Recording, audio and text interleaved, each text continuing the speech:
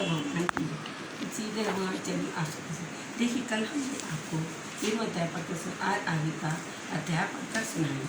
तो आज हमारी ये जो है कारण के कारण जो हम कार्य करते हैं अपने हाथों से, अपने मुख से सोच कर करने में ही प्रकृति वहीं कहीं रह जाती है।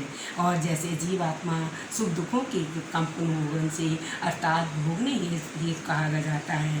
प्रकृति में स्थिति में पुरुष में उत्पन्न होकर के रुआत्मक रूप पदार्थों का भोग है। इन सभी योगों का संग और जीवात्माओं की अच्छी बुरे से योनियों में जन्म लेने के कारण ही होता है।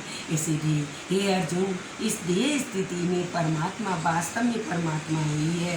यह साक्षी होने के कारण भी उद्दृष्टता यथार्था सम्मति देने वाली होने से अनुमनता सबका धारण पोषण पालन पोषण और भरण पोषण करने वाला होने से भरता जीव रूप में ब्रह्म का ही स्वामी होने के महसूर आत्मसचेतनानंद होने के कारण परमात्मा का इस प्रकार पुरुष में जो गुण सहित प्रकृति के कारण मनुष्य से तत्व जानता है, वह सब प्रकार से कर्तव्य कर्म करता हुआ फिर भी नहीं जन्मता, फिर भी नहीं सोचता कि हमें कर्म कैसे करने चाहिए। उस परमात्मा की कितनी मनुष्य तो शुद्ध है, कितनी शुद्ध बुद्धि है। ध्यान के कार्य हेतु में देखते हैं कितने की ज्ञान योग के कार्य हेतु में भी हम उनके द्वारा एक दूसरे में कितने कर्मयोग के द्वारा देखते हैं अर्थात प्राप्त करते हैं। परंतु इनमें दूसरे अर्थात जो मंद बुद्धि वाले पुरुष में इस प्रकार न जानते हैं, न दूसरों को अर्थात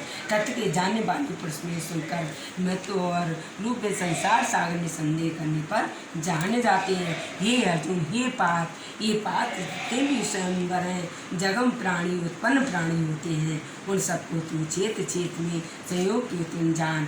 ये अर्थात जो पुरुष नष्ट होते हैं, जो पुरुष जानते हैं, जो पुरुष स्वभाव से ही अपने चराचर भूतों में परमेश्वर को नाश रहित स्वभाव से देखते हैं अर्थात देखता ही है, क्योंकि जो पुरुष सब में सब स्वभाव स्थित है, परमेश्वर को समान देखता हुआ अपने द्वारा अपने को नष्ट करता है, परम गति को प्राप्त होता है। जो पुरुष कर्मों द्वारा सब प्रकार से पृथ्वी जानता है, देखता है, सोचता है, समझता है, देखता भी है, जिस प्रकार क्षण पुरुष में भूतों के पृथक पृथक स्वभाव को परमात्मा में ही स्थित तथा परमात्मा से ही सफल भूतों का विस्तार इस प्रकार हुआ सच्चिदानंद ब्रह्म को प्राप्त होता है।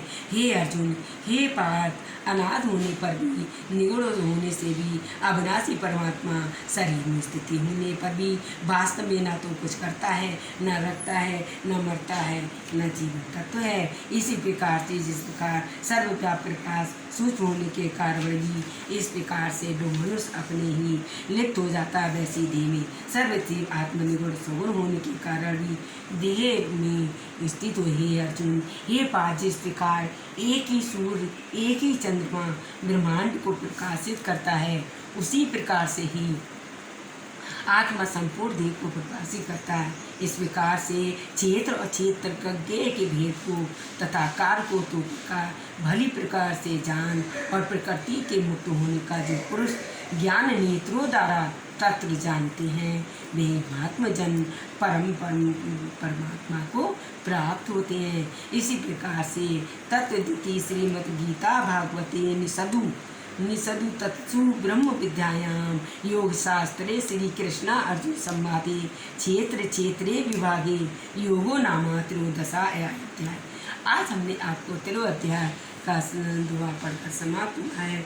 कल आपको चतुर्दशा यानी 14वां अध्याय पढ़कर सुनाएंगे, उसका इस श्लोक का अर्थ बताएंगे। आज हमने आपके अध्याय समाप्त किया है।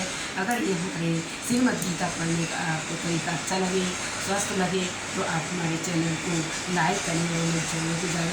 दोनों से गीता भगवान